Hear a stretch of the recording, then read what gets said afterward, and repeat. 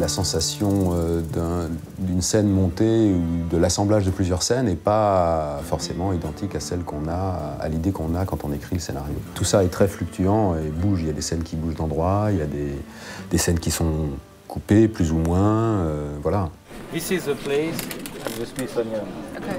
The podium will be there with the mic, and 200 people. Okay. And at the end of the scene, they leave by this door. And the camera descends, and you are here.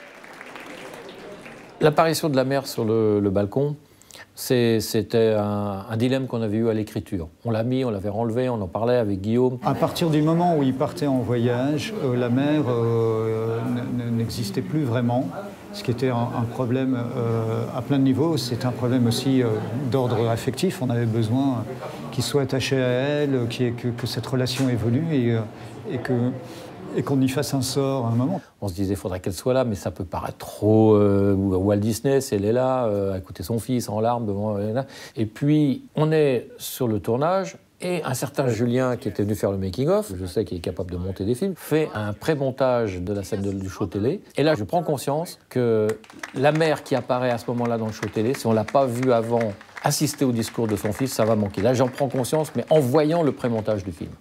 Ça, c'est un moment qui a été très important, qui m'a totalement fait flipper, mais c'est évidemment un élément déterminant. Si elle n'est pas là, elle n'est pas là, quoi. Alors pourquoi elle débarque au show télé? Et puis elle a quand même raté un moment, quand même, parce que ça veut dire que son fils s'exprime, dit tout ce qu'il a sur le cœur, à tout le monde, à la terre entière, puisqu'il tout ça sauf à elle. Donc il y a un problème, donc il fallait qu'elle soit là. Le hobo vous a semblé trop long Quoi? Le hobo. Moi, ça me paraît long. Ouais. Vous avez senti ça? Moi, c'est le début du hobo avant qu'il prenne son premier coup de poing. Là, t'as tout un truc où il est, je sais pas. C'est la première fois que je suis amené à couper une séquence entière. Ça, c'était une immense douleur. C'était une séquence que j'aimais beaucoup, un acteur que j'adorais. Il était rentré dans un truc complètement cinglé. Au niveau technique, pour arriver à la faire, c'était 40 réunions pour savoir comment on pouvait faire. Look at Robert, please. Look at Robert. Action, guys. Oh my God, the bar is arriving. The bar, it's approaching. Oh my God! One more time. Look at Robert. Oh my God, oh my God!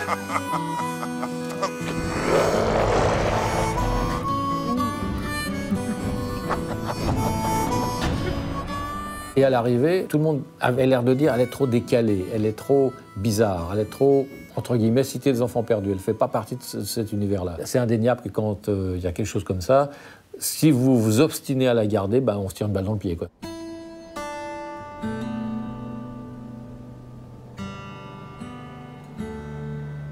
For me, the beautiful thing about seeing this movie come to life is, it's like I whispered in your ear, and you're like, okay.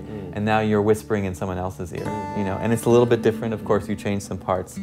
But there's something about stories that make you want to whisper in the next person's ear.